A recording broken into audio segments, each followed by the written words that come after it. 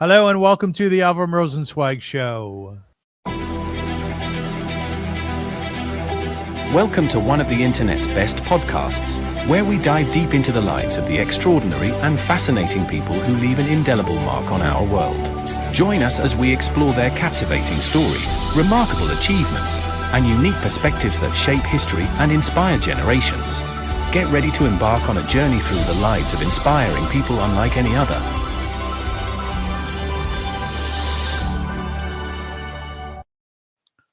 Hello, folks, and welcome to the show. My name is indeed AVRUM Rosenzweig, and I'm delighted to be here with you. Today on the podcast, I'm very honored to welcome a courageous and essential voice, Afghani journalist and storyteller, Khadija Haidary. Welcome, Khadija.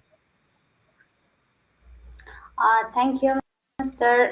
Rosensweig, for having me in your podcast.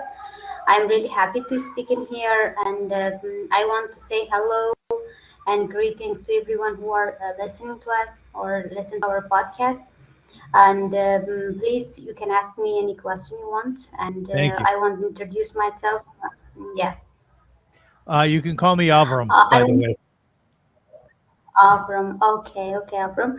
Um, I want to introduce myself. My name is Khadija. My last name is Haidary.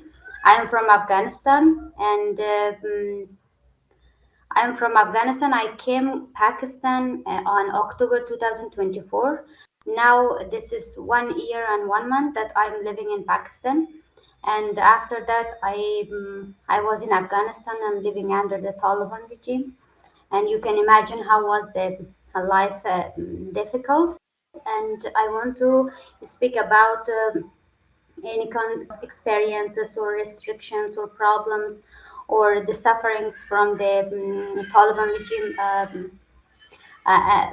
from the Afghanistan, from the Taliban regime. And also I'm a writer. I'm writing short stories, I'm writing essays, articles, and some kind of reports, narratives. And also I'm volunteer as a general manager of underground schools for girls in Afghanistan in Darij school. Maybe Darij is kind of familiar for you. Thank you for that introduction. If you don't mind, I'm going to add a little bit to it, okay?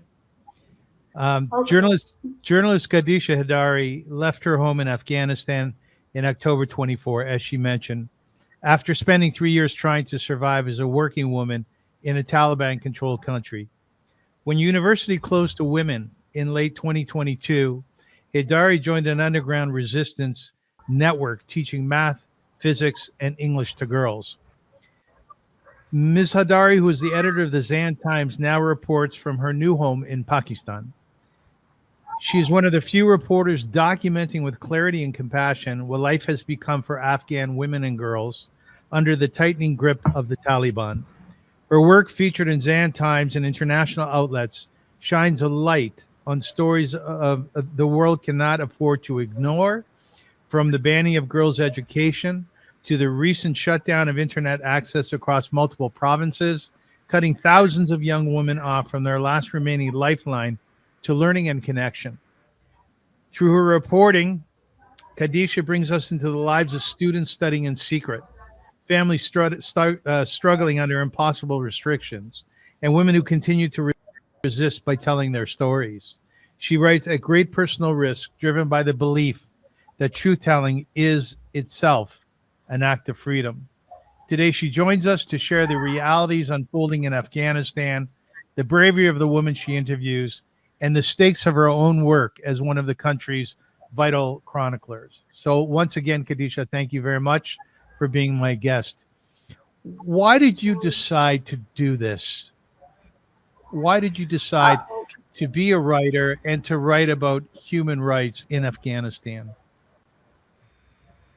Okay, thank you so much, Avram, for inviting me or having me in your podcast.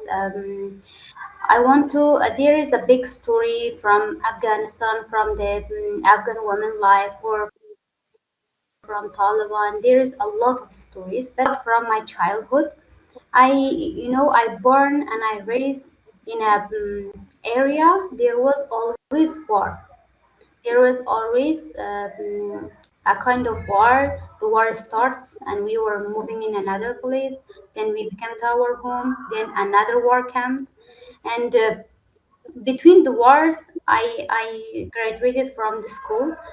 Then I graduated from my bachelor. Then I joined to a master degree in Kabul University, and between the wars, between that difficulties, there was a life too. We were fighting for our future. We were building our lives. Like we had a path, we had a way. There was a lot of risks, dangers, but we were a kind of working for ourselves as a woman. But when August 2021, when the Taliban came over, there is um, there was a kind of collapse for all women, and started a new war just on women. And there is a war in Afghanistan on women. The Zan Times or Daricha or any other places that they are working, or as me are we are writing.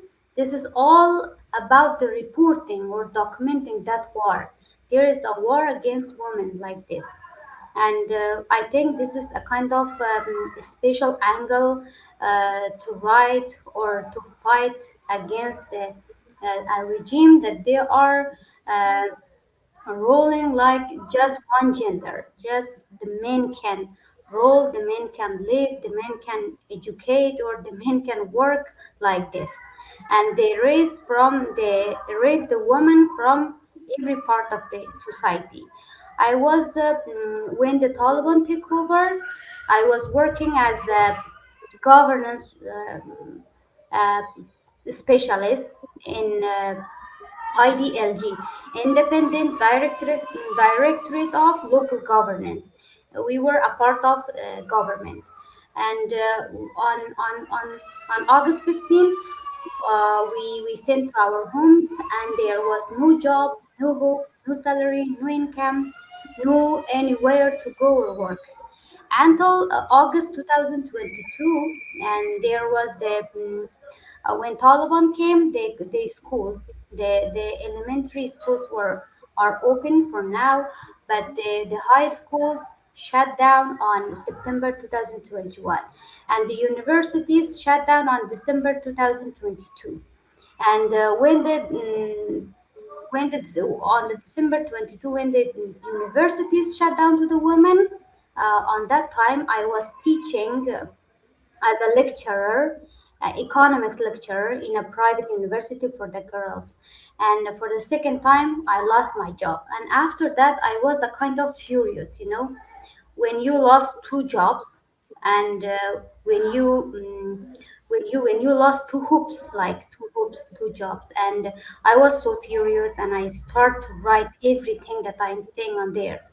And I start to collect the evidence or to document anything that they are doing on women. And I started writing as the first I was writing on my real name, and then after some kind of treats, I start to write under a pen name. And then on October 2024, I left Afghanistan just for writing on my real name and fighting on my real identity. You know, to we here in the West, to watch you and to see what you do, it's a very brave and courageous thing. And I think that one cannot understand you entirely until we understand your parents. And you wrote a very beautiful article um, in August 26th of 2025 called "My Father, My First Teacher." And the article begins on Wednesday, July 23rd at noon. My father fell into eternal sleep. The news of his death struck me like a blow. Since then, I feel as though nothing is left that could truly shake me. I carry a heavy grief, but also the memory of a man whose devotion changed the course of my life. How did he do that, your father?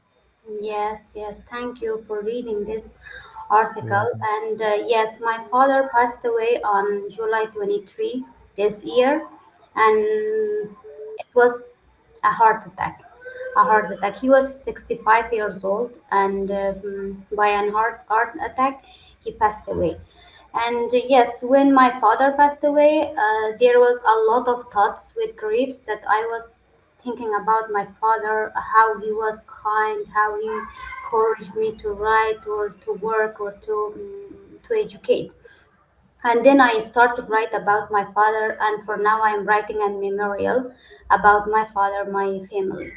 And there is a lot of things that shows that my father was he was a really courage person, a man in a society like Afghanistan that the government came for just for the shutdown the world, the women from the world from the living. There was a man who was encouraging his daughters to Mhm. educate, to work, to write. You know, he was so open mind, so open mind, and we can talk about anything. In Afghanistan, talking about love, about relationship is a kind of taboo. You, if you are a girl, you can't talk about these things with your father. But he was so kind and understand man, and I really can share anything with him. We were talking about any kind of stories of love, about the movies, about anything. He was always encouraging me to write my own opinions. When I start a Facebook page, I think it was in 2011, and in 2012, 13, 14, 15, on that time I wasn't a real writer. I was not writing my opinions. I was sharing another writers. I was sharing something from another writer. When my father Yes. read that, uh, then he asked me, who write this? I said, like Albert Camus or Sartre or like any other writers I was mentioning. Then he was always asking, when you want to write yourself, your thoughts, you should write your own thoughts, your own words. Don't share Yeah. that. They, yeah, like this. Don't share that. They had their stages. They had their periods. They said their thoughts or opinions. Now this is your time. You should write yourself your own stories. And from this point, I'm realizing that the first one, the first man, or the first person who encouraged me to write, that was my father. Yes, you also said that at some point he left a very good job in the government to teach you, right? And Yes, you said it was a little yes, bit overwhelming. You said it was a bit overwhelming sometimes. He was there too much, but you really appreciated what he was doing. yes, yes. You were right. He was governor in our district.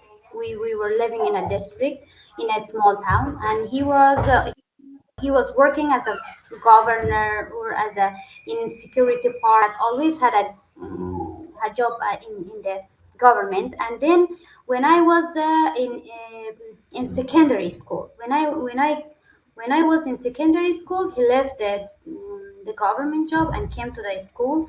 And he became a teacher. Then he became a deputy of the school. And he was always on there watching me. How was your exams? Which subject you have any problem with that, or which subject you want to have some help? He was talking to my teachers. He was finding some teachers to help me or my sisters. Like always, he was there. And yes, on that time when I was too young, I was thinking that you are too much in my life. Please go. And now, and that's a lot of great memories that now I'm thinking in Afghanistan, in a place where the being woman is a kind of crime. And on there was a man like him. Kadisha, what was your mother like? Oh, I should think about my mother too. You know, I always talking about my father, even he Mm. was alive. we were talking just about my father. My father is good, my father is kind, or he is supportive, like this.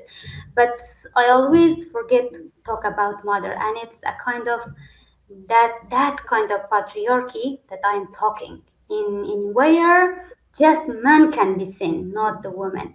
Yes. And as a woman, and now I'm thinking about my mother, that there was a woman too. There was a woman. He was always working for us. He was washing, he was cooking, he was cleaning, and he was always on there to us, just for us. And now I'm thinking about her. My mother can't read.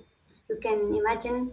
Yes, he can't. She can't read, and she can't use smartphone. And always, when my father died, I write something about my mother too. That there is a woman that she born to be a wife. She born to Obi, always Obi from a husband, and always be on there. And that's my mother. She can't read. She just go to the 3 or 4 years of a madrasa school, like a religious school, and she knows something about praying, about reading a kind of about a little bit Quran. She can read, and except that she doesn't know anything about the world. But she is a kind of smart, and she is always there. She is kind a housewife, and always there. And someday I really wish to write something about her. Well, Khadija, what about your mother? What would you say is her greatest gift? When you sit and you're with her and you talk to her, what comes out of her soul more than just being a mother, more than just being a wife? What do you see inside of her? If you know, if she would have pursued something in life, where would she have gone with it? Yes, yes, you are right. One day, when I was too young, we were in school. One day, my mother asked me, "How is the school?" or mm, how kind of rooms, or how kind of the building, or how kind of the setting is in the school. And she asked me about a picture of a school, and she Mhm. she, she didn't know how can be a school, or how can look a school. And now, after and few days ago, we talked about everything, and she told me one of our neighbors, or I don't know, one of the women on there, some gossip things. And they asked me they asked from my mother about me that I have a son, a 3-year-old son. And they asked about me from my mother when Khadija want to have another baby. And my mother answered for them, she can't have another baby. She want to write books. Yes. And yes, and I like so much this answer. I say, mother, you have something, something. that having a book is more much valuable than having a lot of babies. And yes, I can imagine if my mother had the opportunity to educate, or opportunity to have a free life. Maybe she was a writer, maybe she was a journalist. Yes. And Yes. yeah, but I want to say it again, that she is a woman born to be a wife, born to be a mother for now. Why did you appreciate your mother's response? Because there is always a pressure from the society for us, when you want to marry, or when you want to have children. When you have a child, they ask when you want to have the another one, the second one. Yes. When you have the Yes. second one, they ask about the third one, fourth one. In Afghanistan, even the women have 10, 13. My mother have 10. My grandmother Really? have 13. Yes, yes. We are six sisters, four brothers. And Wow. yes, my mother is 57 years old, and my grandmother had six daughters, with five sons, and two was lost in their childhood. And Mm. she had 13 time pregnancy. My mother had teen time pregnancy. In Afghanistan, they are always asking you when you have a child, when is your another child, when is coming your another child. And in this asking, you can imagine there is a kind of sarcasm, like, oh, how old are you? They are counting like this. How old are you? When I say I'm 35, they are a kind of sigh. Oh, you have so less time to have children. It's a warning, from the society. And that asking my mother was, it's a kind of warning for my age. She has so less time to have another babies. And my mother said to them, no, she want to write books instead of having another babies like this. Yeah, such a response here in Toronto might be surprising as well. And I think that people would appreciate such a response from their parent. It's like recognizing who you are as a person and what your destiny is. And in your case, it's writing, right? Yes, yes, yes. Kadisha, I wonder too, as a mother, recognizing what it is to take care of a little one, um, and your mother having so many children, and then you going off to Pakistan so that you could write more freely. Mhm. Is she very frightened for you? I I'm sorry. Please pardon the last part of your question. Is your mother very frightened for you? uh, a kind of worrying for me like this. Yes, yes. Um, I don't know. There is a lot of worrying. There is a lot of warning. There is a lot of things to be worried from Afghanistan always. When I published my first book, my first book is a collection of short stories called My Grandfather's Radio, and on that book, I write about the Afghan women situation and the stories from the Taliban's first era when I was 5 year old child or 6 year old, and I write that stories from that time. My grandfather's radio is a kind of saying that shows the era of the Taliban, that they are throwing us on the radio era, that the people can know can find any news from the radios like that. And when I published that book on the April 2024, and there was a lot of congrats, there was a lot of happiness like this, and there was a lot of concerning, a lot of worrying.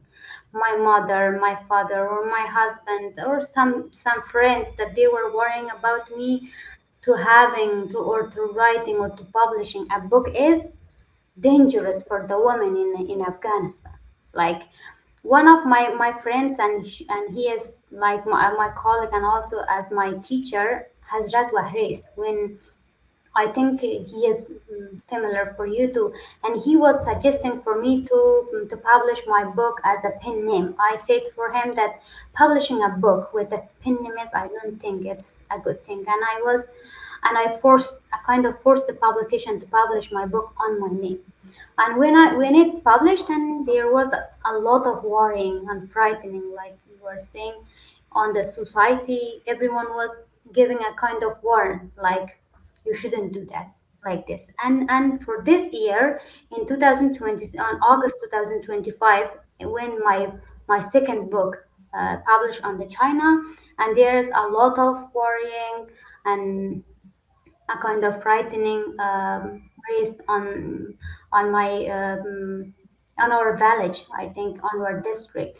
And my mother is always saying that my father was too much, but my mother is, sometimes he says something about the writings, about the book, to be a kind of aware of yourself, or you should know something, or you should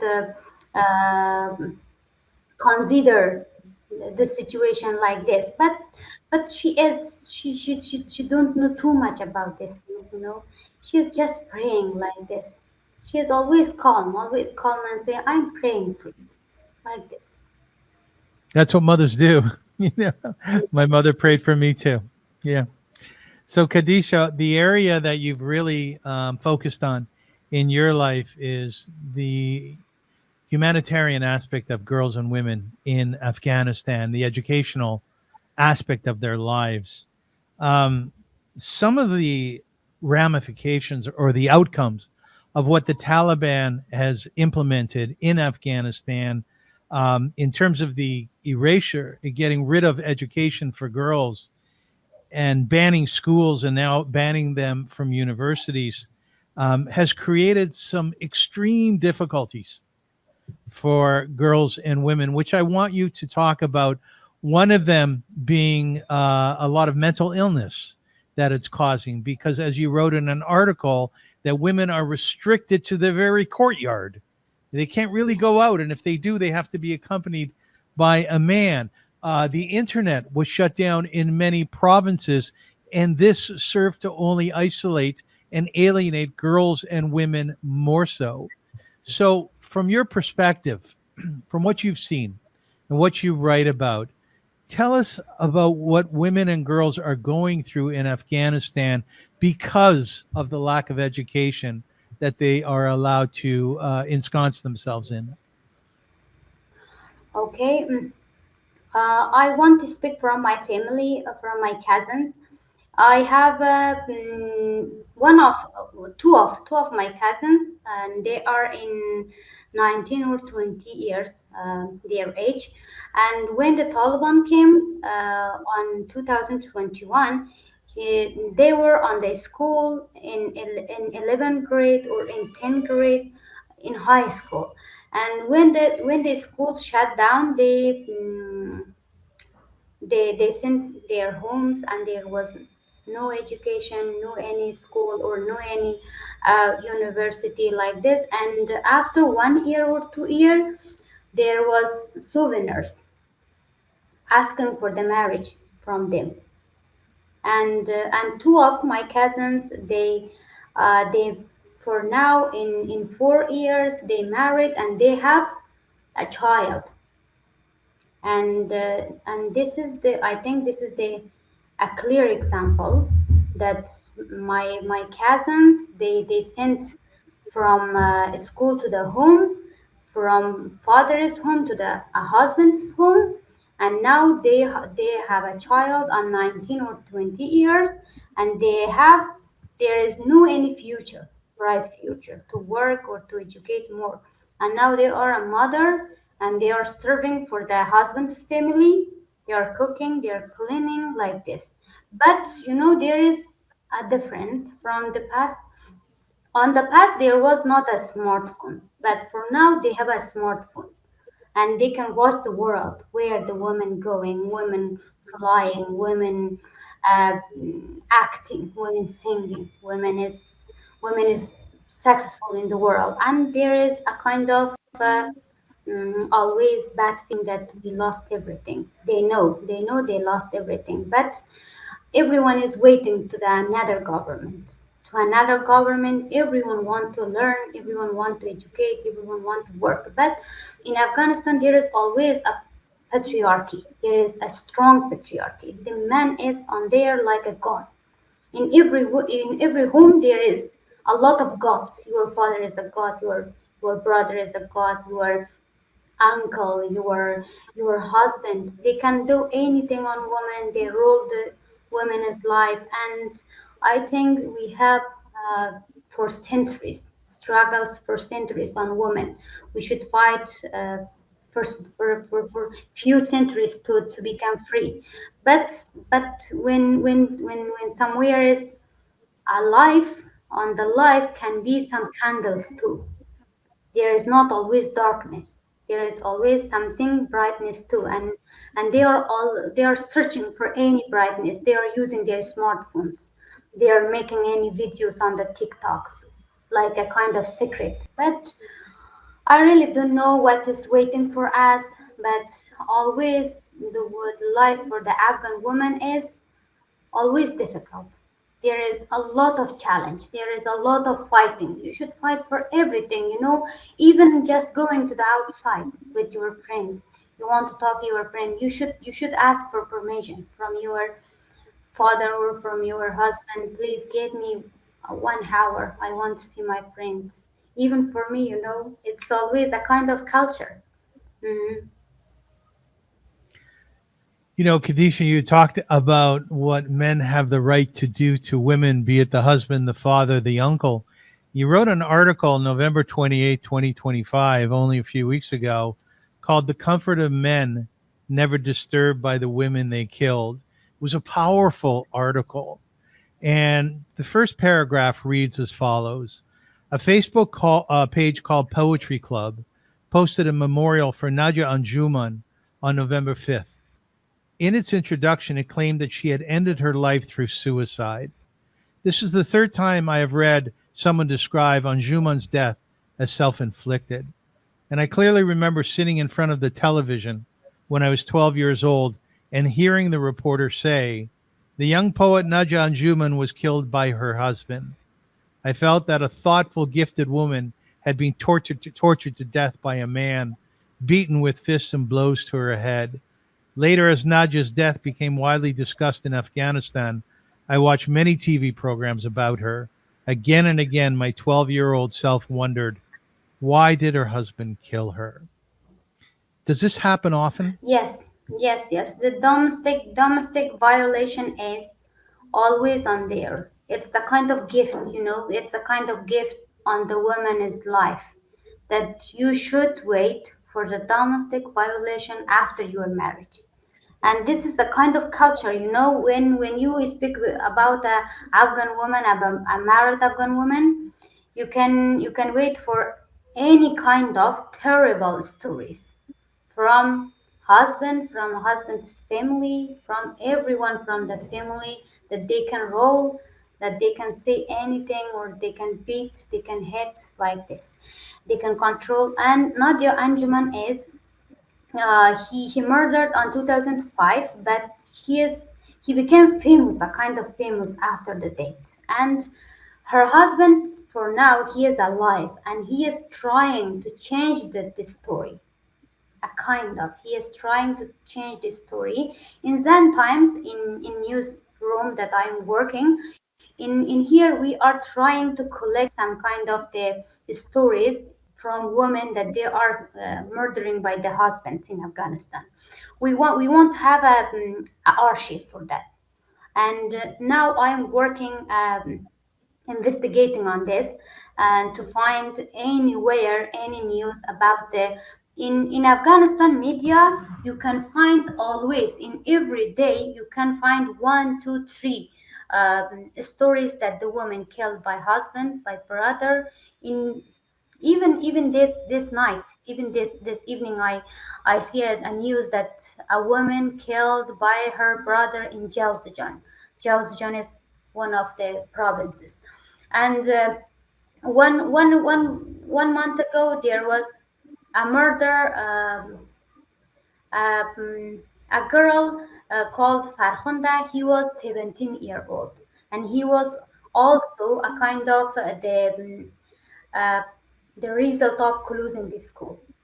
When the school closed, her father um, gave her to a husband, and husband, we don't know for now, but she killed um, in her husband's home, but now they are denying that they are denying and saying it's a natural death. It's a heart attack or brain attack. They say the heart attack and brain attack, and Taliban is also with them saying that it was a brain attack because the husband's family is rich. And now we are collecting, or we investigating about this kind of deaths, and I am responsible for collecting these stories from Afghanistan, from the society. Why the woman always be killed by the husband that she is serving to him, giving child to him, working to his home, keeping his home, and sleeping with him like this. And we are collecting this kind of stories, and we want to report this for the world, for our society, for why the men are killing the women, and then they are trying to change the story that the man is not guilty. The man is not guilty. He had the right to kill. He had the right to control, to ask, or to aim, to beat, to anything. And it's, I think, it's a kind of fighting for documents such as stories. And what's incredible is her husband, the murderer, Yes. still works in a Oh, yeah. library, right? Yes, in the university's library, and all, University. yes, and all the society is trying to help him to change the story. The story is, when the story is known for the all Afghanistan. Maybe the men are not caring too much, but the women caring for this. Women know that they don't have to right to kill a woman or to a wife. Kadisha, I want to go back to education. Some of the outcomes, once again, of what the Taliban has implemented vis-a-vis women and girls in Afghanistan, in terms of a total ban on secondary and higher education, the closure of online learning, erasure from public life. This has had a major effect on women and girls. And you decided at some point in time, because of what your father taught you, the importance of education, not only for men, not only for boys, but for girls and women, for everybody, that you would undertake a position of teaching girls and women in Afghanistan, sort of like in an underground school. So the first thing I want to say is, well done. Well done. You're highly inspiring to us, highly inspiring. And even before this interview, I posted on Facebook that I would be speaking with you. And many women said that they have great respect for how you're living your life and what you're doing. So let us understand more. So, what does this underground school look like? And what is it that you teach? And how many people are involved in it? Yes, yes. On January 2023, I joined to the Dariche schools. Dariche school is based in Canada. The founder is Hazrat Wahriz, and he was collecting the teachers. He was talking to the teachers to make. He established the school on October 2021, but there was less schools. There was 6 or 7 schools, and when on January 2023, when I joined to him, and we started to find the good teachers from the any part of the Afghanistan. And first of all, I am from the Takhar province, and I find some teachers from the Takhar, then from the Baghlan, then from the Kunduz, from the north of the Afghanistan. Then the Hazrat Wahriz is from the Ghazni province, and he also find the teachers from the Ghazni. We were a group of the teach. We have a big group of teachers from all kind ethnics in 20 province of Afghanistan. Then we started to talk with these teachers. The the first condition was this: when a teacher want to teach, when a teacher want to work with us, you should find 20 girls from your neighborhood. Then you should have a place to teach, because I was in Kabul, Hazrat Wahriz was in Canada. The teacher was on Ghazni, on in Takhar, in Baghlan, in Kabul, in anywhere. When the teacher connect with us, they were, they were happy to have somewhere, someone to support them. They Yes, and I always wondering about their work, that in any part of Afghanistan there is a woman to educate, there is a woman to work, there is a woman to teach, in a country like Afghanistan, that there is the patriarchy is 7%. The patriarchy rules 100%. The Taliban, the regime, the government is working against the women, but in this country, there in any corner, there is a woman want to teach. He was willing to teach. He was happy to teach, and she was talking, I have 20, I have 30 students, they are young girls, I want to teach on my home, there is no problem, I can control everything, just I want to be connected with a school. And we started this work is great, when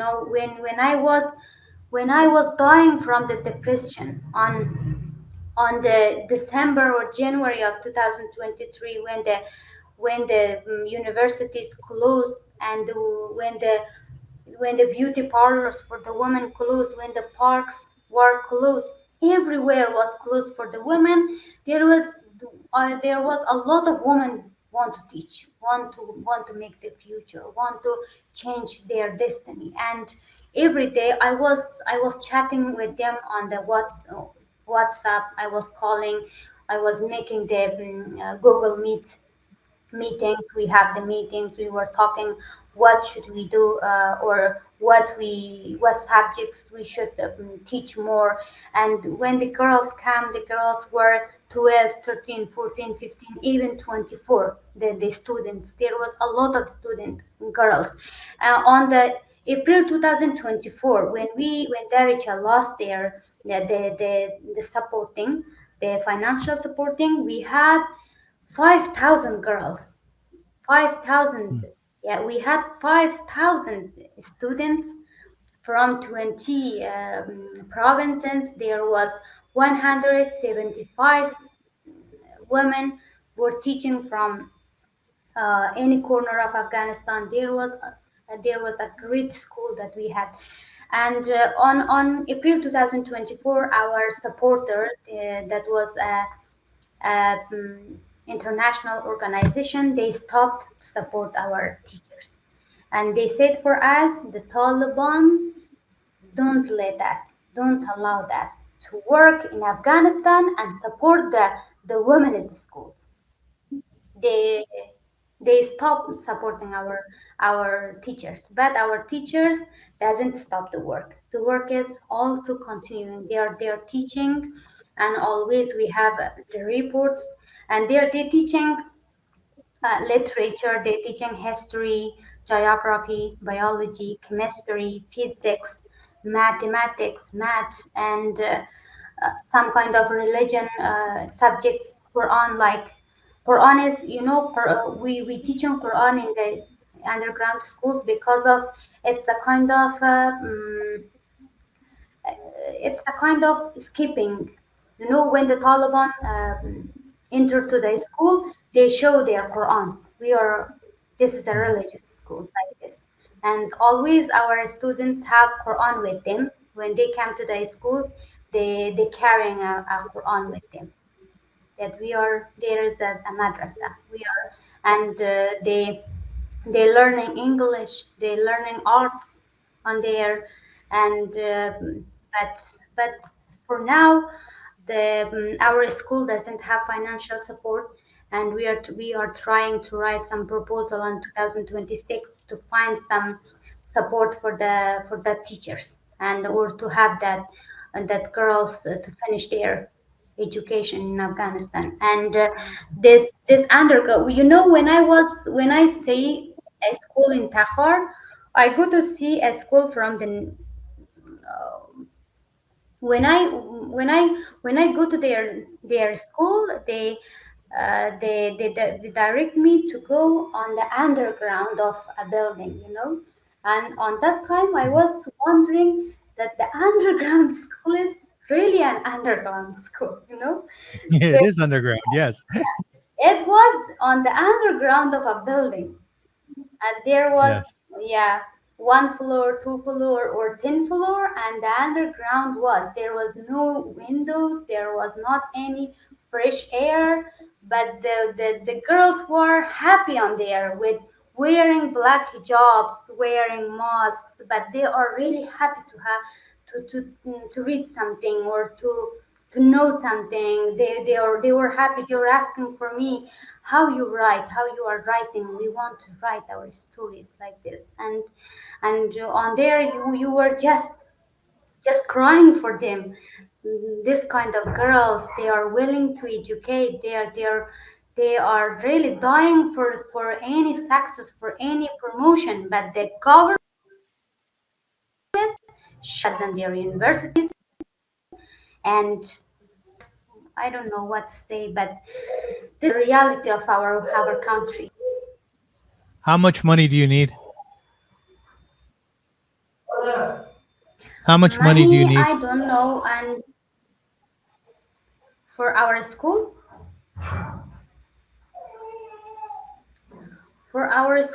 there is a lot of teachers, more than 50 teachers for now we have, and in every month we are paying $100 for each teachers, and there is a kind of expenses like gas or like a whiteboard, a marker for the class, and any class, any school have 600 dollars in a month, and we need we need more money to support this, and when there should be a big uh, organization, international organization to help our school.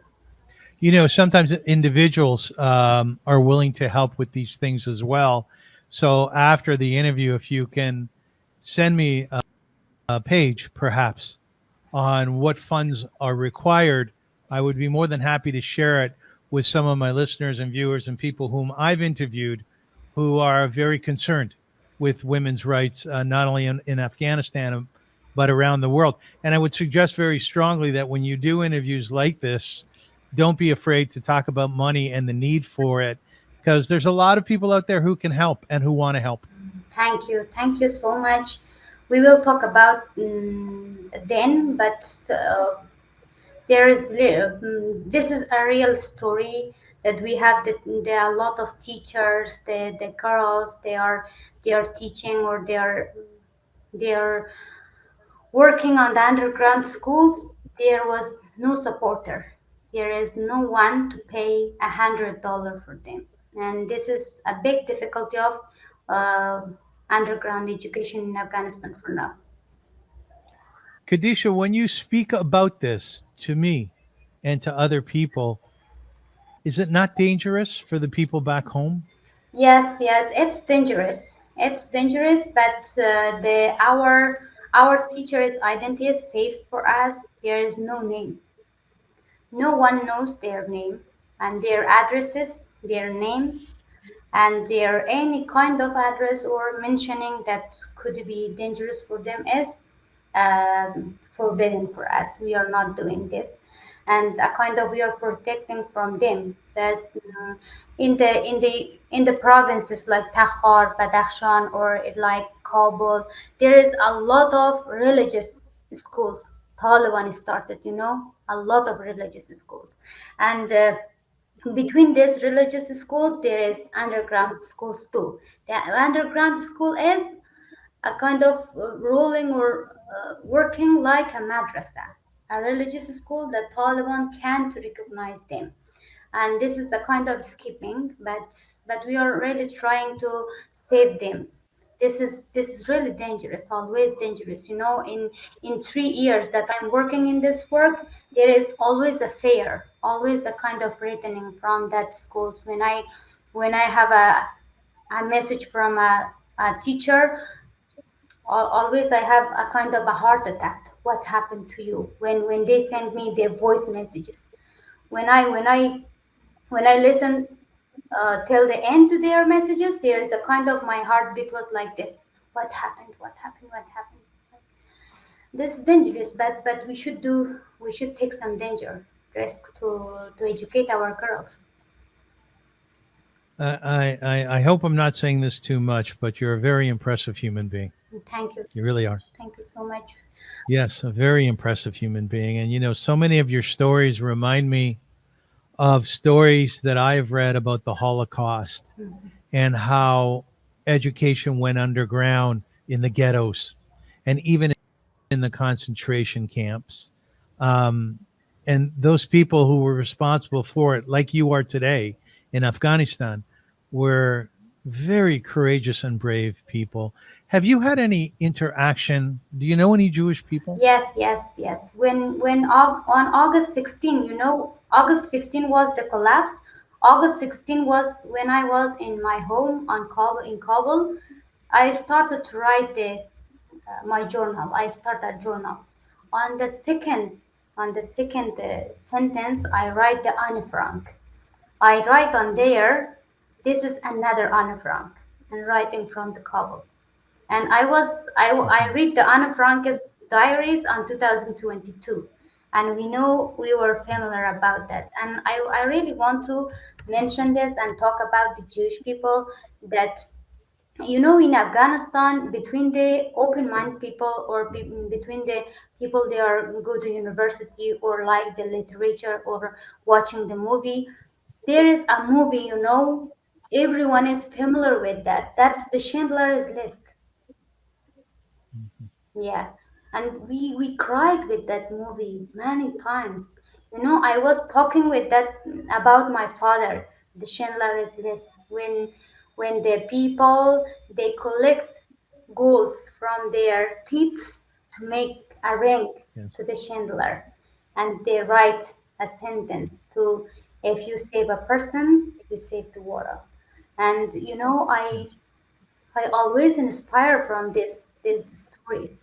We can't, we can't deny a big part of the world that this is not possible. I really want to talk about this, and these games on the social media or on all over the world that in front of a Jewish people you can't talk about Gaza. In front of the Muslim people you can't mention a Jewish people, or you can't take the Israelis name. And this is what kind of game is going on the world. This is not true. We should do the people. We are not a political person. We are not the warlords. We should talk about themselves, about ourselves, what's going on us.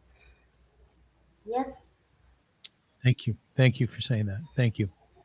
I'm deeply fascinated by the fact that not only do you do such serious stuff in life, and it is very serious, your heart palpitates when you get news, but you're a writer, right? You're both a fiction writer and a nonfiction writer. One of the books that you wrote is Letters from an Afghan Woman, together with a colleague in China. And the moment it came out, it really went viral. You love movies, right? As well. In fact, before we went to air today, you said, Avram, I really want to talk about this. So let's do that. Which movies do you love, Kadisha? yes. I really watch movies, the good movies, and in these days I'm watching. I w- in the last week I watched the Blue Moon. I don't know you Oh, yes. watched it or not. There was I haven't a watched it, but I'm familiar musician. with it. Yes. Yes, the Hmm. Blue Moon, and I really like that story. That was I like that kind of movies. And there was a movie. It's also about the Jewish people, a book thief, the book thief. Yeah. You know, and I I know about it. Yeah. yes, the book thief and the Blue Moon. Or I'm now for this night I want to watch this Sentimental Value, and this is a new movie too. And yes, I really want to read more stories, watch more movies, to know the any kind of the lives, the people. I really wonder about the human being. Human can connect with themselves in any part of the world. Human can there is a same language, a same feeling in every human. When my book came to the released to the China, and my book is language is Mandarin, Chinese. In China, there is a lot of 10,000 copies sold in the 3 months, and also they are printing and they are solding, and there is always I have a review in any day, and and they can feel our struggles. They can feel our stories. They can know our courageous, the beautiful things of our lives. And I think there is always a same language in any human being. We can feel each other. We can know each other's stories. And this is the beautiful thing in the world. Like Anne Frank, do you believe in humankind?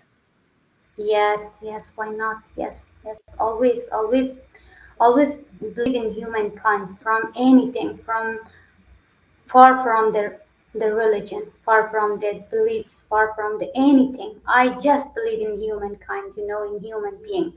Humankind, human being is so strong thing in the world. Tell us about one of your short stories. One of my short stories, okay, a short story I write in in few days. That's about a relationship, a short-term relationship between a young woman and a young man in Kabul, and the man is reading the novel of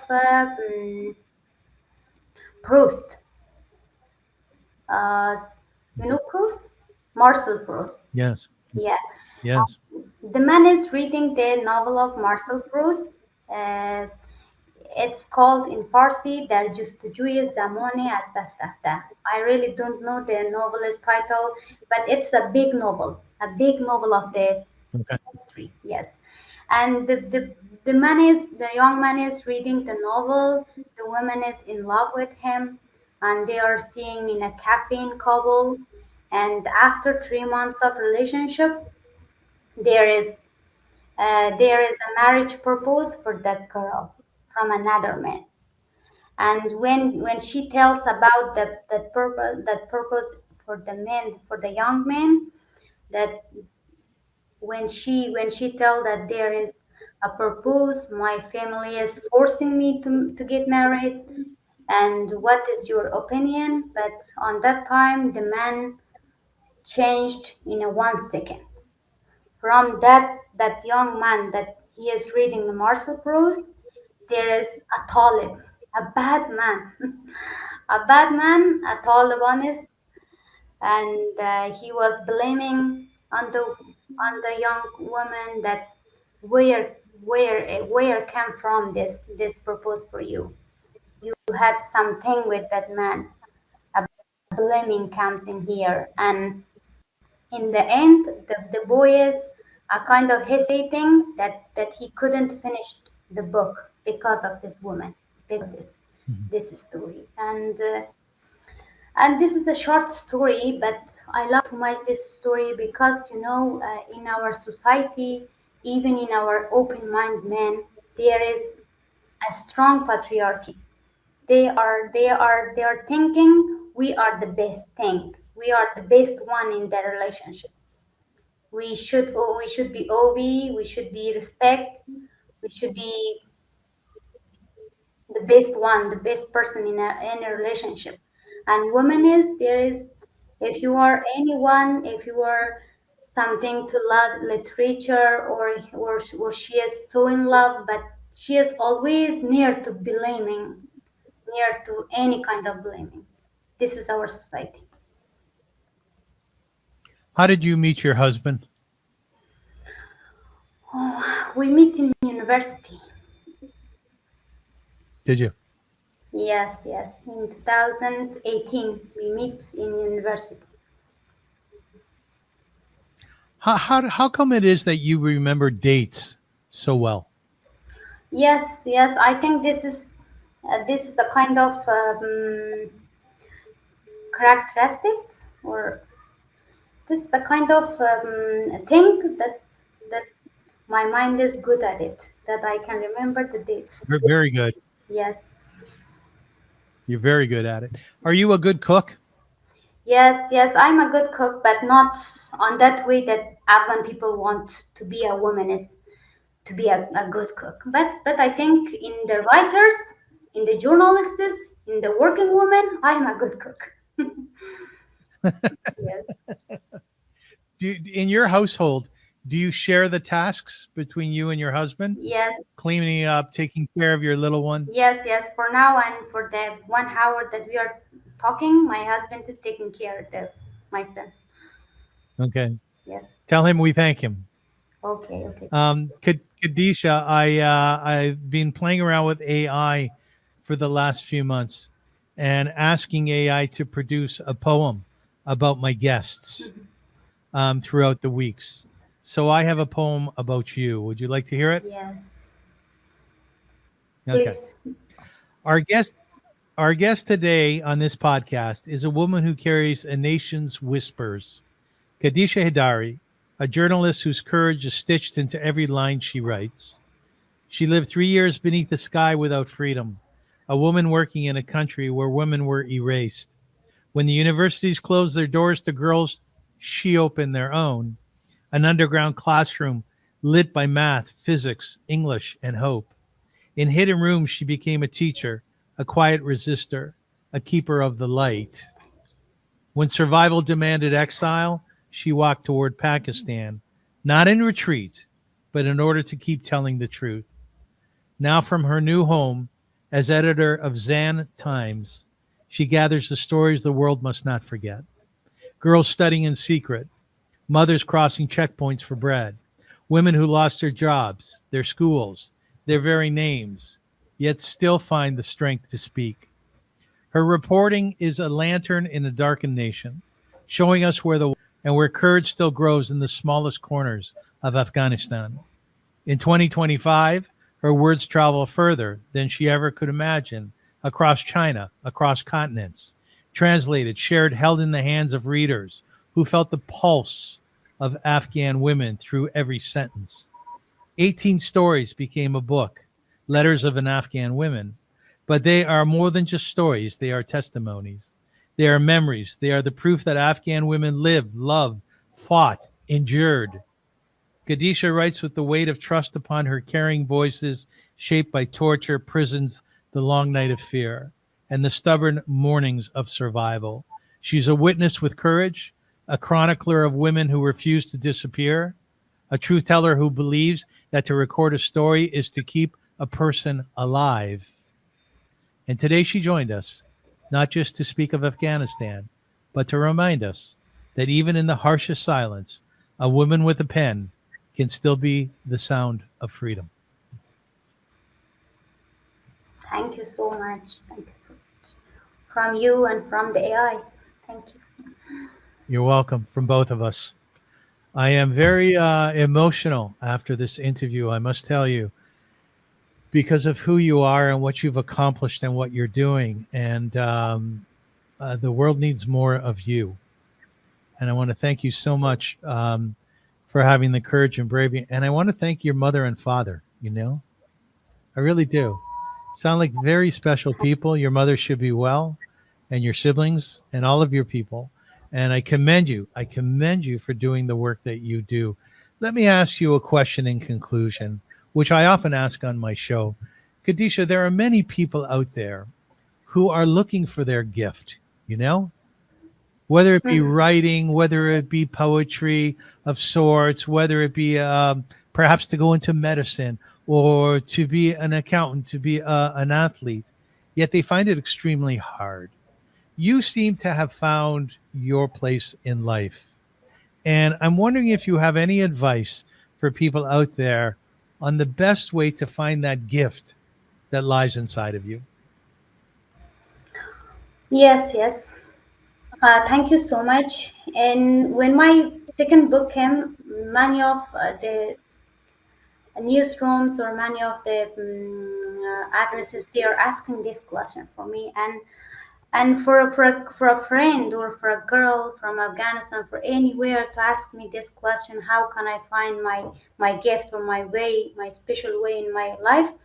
I want to say for them, when you were a young child, when you were in your 12, when you were 30s, or in your you were a 10-year child, which thing you like most? What was that thing you like most? You were thinking. too much about that thing. That was reading, that was singing, that was writing, that was cleaning the house, that was cooking, that was drawing, that was what was that? Please find that. Think about that. Then start working. Any work, any gift needs a lot of work to be gift, to be shown, or to give you any result. You should start your own work. Please find that thing that you are thinking too much about that, and then you should start your work. In Afghanistan, when you are a girl you have you have all your world is your your house. You have just one thing, a house from the world. On that house, what you can do. When I was into 2015, I wasn't a writer. I don't have a single short story. On that time, I was just thinking about reading the novels. I was reading anything I find. I was reading. I was just reading. I read till 2022. After 2012, 5 years of reading novels, I start to write my own short stories. And I want to say to anyone to want to be a writer, to want to be a journalist, you should work on yourself. You should read. You should watch. You should feel your humankind. You are that thing from your heart. You should find that, and then you can start your work. Lovely. Lovely. How do you feel about yourself? Feel about myself. Yeah. I think I'm strong. I think I'm strong in bad situations, in depression, or in hopelessness, in loneliness. In any situation, I'm strong. I think this is a good thing a woman or a person can have it. What's your biggest weakness? My biggest weakness is I'm a kind of angry person. I fight with my husband, and this is my weakness. Yes. And what would you say your greatest strength is? I don't know, and I was an angry person, angry bird sometimes. Okay. All right. Well, you're also a very, very lovely person. And I appreciate your time. Thank you once again for being Thank my you so guest. If people want to get in touch with you, can they do that? Yes, yes, yes. How? I will send you my Instagram, my Facebook, and my email. Okay. Ladies and gentlemen, I want to thank you very much for joining us today, for watching, and for listening. I really hope that you take something very special out of this interview with Khadija Haidary, a very courageous and very brave woman of the world. And we're thankful for her work. We're grateful for what she is producing in our world, which is a great level of peace, a great level of love, and a great level of education for women and girls who would otherwise not have those opportunities. So thank you, thank you, thank you, Kadisha. And I look forward to speaking with you again. And I wish you and your family well, and all of your people should have peace and the freedom to study and learn the way they would like to. Thank you very much. Thank you so much. Thank you so much.